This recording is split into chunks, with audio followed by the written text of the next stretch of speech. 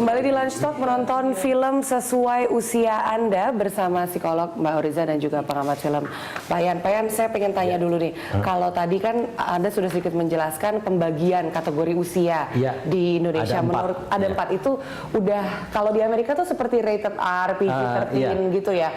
Sudah lengkap belum? Lengkap, saya rasa 4 itu udah lengkap sekali ya. Karena yang film untuk 21 tahun ke atas itu sangat jarang sekali. Belum boleh dibilang setahun mungkin hanya ada 1 judul ya. Dan di situ ada keterbukaan atau masalah-masalah yang sangat dewasa. Tapi itu sudah efektif belum Pak? Itu untuk membuat orang-orang menonton sesuai dengan umurnya? Badan Lembaga Sensor Film hanya memberikan batasan ya. Untuk kembali kepada penontonnya itu terpulang pada masing-masing penonton. Contoh misalnya film Schindler's ya. Itu pada waktu akan dipotong oleh LSF Indonesia, Spielberg sendiri, Steven Spielberg sebagai produser film itu, dia bilang, saya tidak mau film saya dipotong. Lebih baik filmnya saya cabut, tidak main di Indonesia daripada film saya digunting. Ya, padahal itu ada adegan seks yang akan digunting oleh LSF. Karena hal itu film Schindler's, padahal itu film pemenang Oscar sebagai Best Picture ya, tidak main di bioskop. Juga mengenai Perang Dunia II ya? Iya betul. Ya, jadi gimana tuh mengakalinya kalau ada persyaratan seperti itu? Ada persyaratan khusus yang Lembaga Sensor Film tidak akan menggunting sebuah film, tapi hanya ditanyakan khusus. Ya, khusus untuk kalangan terbatas, misalnya untuk festival. Ya, karena sebagai pemilik film atau pembuat film, film adalah kayak dia tidak mau dibuang 1 menit pun. Ya enggak? Akan hilang artinya gitu ya kata dia ya. Adegan waktu Spielberg itu saya masih ingat adalah adegan yang dilakukan oleh orang Jerman memperkosa Yahudi, memperkosa tawanan-tawanan itu. Adegan itu akan dicabut karena ada ketelanjangan itu ya. Nah, Spielbergnya nggak mau daripada itu digunting.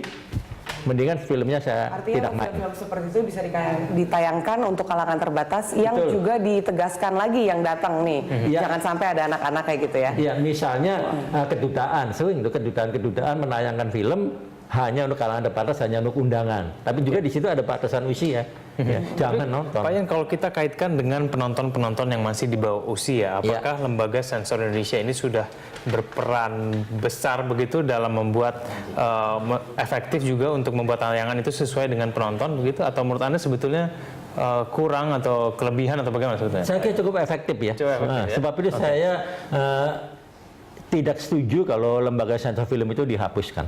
Ya, ada belakangan suasana wacana ya bahwa Lembaga Sensor Film akan dihapuskan. Menurut saya belum saatnya. Ya. Masih kita membutuhkan, Amerika aja masih ada kok klarifikasi untuk judul-judul film itu ya, baik ini ditonton bersama orang tua ya, atau untuk biasanya untuk film anak-anak itu ditonton bersama orang tua, parent guide judulnya, PG gitu ya. Mbak Oriza, kalau kita cermati kan memang sudah ada nih pakemnya nih, ada umur-umur tertentu. Nah ini kemudian sebagai keluarga ini bagaimana untuk mendidik sebuah keluarga ini supaya mereka bisa tertib menonton sesuai dengan aturannya?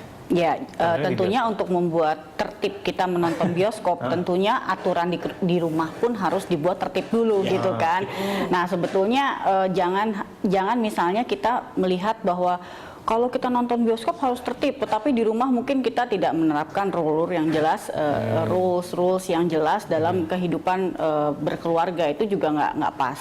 Fungsi-fungsi peran dari orang tua, ayah, ibu, anak-anak itu juga harus jelas. Nah, itu sebetulnya sebelum kita bicara mengenai hal yang spesifik mengenai aturan menonton bioskop, aturan di rumah juga harus jelas. Karena misalnya gini, biasanya juga kita melanggar ini, melanggar itu, capek sedikit nggak sekolah juga nggak apa-apa, misalnya nggak bikin PR telat juga nggak apa-apa. Kenapa nonton TV ataupun bioskop pun harus dibatasi? Nah, itu juga sebetulnya yang harus kita sayangkan. Tontonan di rumah juga harus disiplin ya. Semua lebih sulit lagi itu mungkin mendisiplinkan anak untuk tontonan di rumah ya, karena kita tahu TV pusat hiburan sebuah keluarga biasanya. Nah, Mbak Oriza, bagaimana kita memberi pengertian juga nih ke seorang anak yang dia sudah terbiasa menonton apa saja yang dia mau? Ya, itu dia. Jadi kembali kepada rules dan habitual si anak itu sendiri. Jadi memang harus ditertibkan dari awal gitu ya. Saya setuju sekali loh Pak. Kalau misalnya kita mungkin dari pihak bioskop meng-hire 1-2 orang yang memang untuk di depan gitu ya, dan Bapak maaf ini anaknya, maaf ini kebijakan dari manajemen tidak boleh, itu sebenarnya nggak apa-apa juga gitu, dan itu 1-2 kali ya harus dimulai, kalau nggak kapan lagi gitu. Jadi kalau bisa pihak industri hiburan juga harus mempertimbangkan tidak hanya dari sisi komersialnya saja, tetapi bahwa kita punya anak-anak yang harus kita rangkul. Kalau orang tuanya nggak bisa rangkul, ya lingkungan lah, dalam hal ini manajemen yang harus merangkul anak-anaknya, bapaknya aja cuek gitu.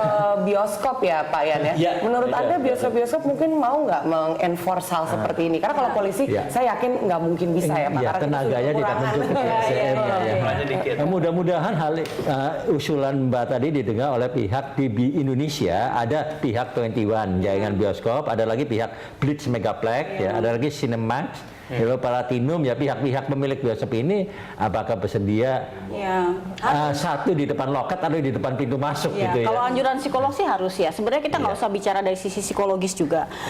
Kalau dari sisi anak-anak yang under 2 years old itu kan pendengarannya masih sangat sensitif ya. Kalau misalnya harus ibunya bapaknya pengen nontonnya action gitu kan apa nggak terganggu tuh, kasihan gitu. Jadi nggak usah lah kita mikirin jauh-jauh soal berpikir mengenai dampak psikologis. Fisiknya mereka juga bisa terganggu kok gitu. Tapi kalau misalnya Mbak Riza di rumah itu dilarang gitu, ditertibkan lah begitu. Tapi bukankah itu akan memunculkan keinginan mereka untuk melanggar, cari hiburan di tempat lain gitu kalau nggak ada orang tua. Jadi pergi nonton sendiri. Nah, itu bagaimana? Sebenarnya kasuistis ya gitu. Artinya yang penting sih kita sudah membentuk mental anak dengan lebih baik gitu. Sebenarnya gini, yang harus kita pahami bersama bahwa tontonan apapun itu, entah itu YouTube, entah itu TV, entah itu bioskop, itu kan bagian dari kehidupan kita sejak dari kanak-kanak sampai dewasa. Jadi itu juga walaupun cuma nonton bioskop, kenapa sih kita harus repot-repot membuat rules yang jelas ini itu, kan namanya juga pengen hiburan. Nggak bisa seperti itu juga. Justru tadi Mbak juga udah sampaikan, apa yang kita tonton adalah cerminan kepribadian kita kelak itu sebetulnya. Gitu. Karena kan film ini memang refleksi kehidupan nyata ya, seperti bentuk seni lainnya. Pak Yan, menurut Anda akan ada dampak negatif tidak bagi perfilman itu sendiri kalau memang mulai ditegaskan menonton harus sesuai kategori usia film? Saya rasa enggak ya. Baik film Indonesia maupun film import ya, semuanya ada batasannya kok. Misalnya Finding Nemo itu film semua umur, siapapun boleh nonton. Tapi film kayak 50 Shades itu jelas-jelas kalaupun masuk di Indonesia ya, ternyata itu film ditolak ya. Itu untuk 21 tahun ke atas ya. 50 Shades of Grey. Itu film yang luar biasa. Sudah ditolak itu. Ya sudah ditolak ya. Jadi di Malaysia sampai Indonesia juga. Jadi kok bisa tenang itu kayaknya kalau itu. Baik, tapi kalau menurut Pak Yan ini film-film yang saat ini ada di Indonesia, sinias-sinias itu, tayangan-tayangan itu yang cocok untuk anak kecil gitu sudah cukup banyak kah? Sudah cukup banyak mendukung edukasi anak kah? Atau cukup banyak ya. Dalam 1 tahun dari film Indonesia itu 1 tahun itu dibuat 120 judul. Dari 120 judul itu kurang lebih 10 judul adalah film anak-anak dan 1-2 film animasi. Ya, selain film anak-anak ada film keluarga, ada film musikal. Contohnya Cowboy Junior itu film musikal ya, sama sekali nggak ada adegan seks atau violence ya. Itu salah satu film yang hanya khusus untuk anak-anak. Tapi kan Pak Yan, kita tahu distribusi film Indonesia juga nggak merata di seluruh bioskop. Saya rasa cukup merata. Kalau film Indonesia cukup merata di seluruh bioskop, cuma durasi atau lama tayangnya. Film Indonesia rata-rata tayang antara seminggu sampai 2 minggu. Ya enggak? Itu seluruh Indonesia.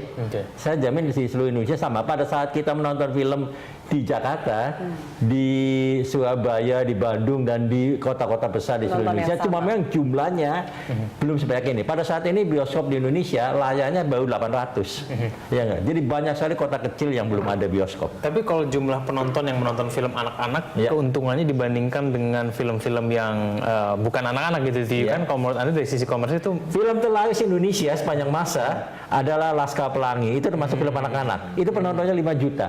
Ya. Film kedua terlaris penontonnya 4,75 juta, Habibie dan Ainun. Ya, itu juga boleh dibilang film keluarga. Sama sekali nggak ada adegan seks dan violence. Itu yang terlaris. Karena orang tua bisa membawa anaknya untuk menonton Laskar Pelangi. Ya. Jadi sebetulnya nggak ada masalah begitu ya? Nggak ada.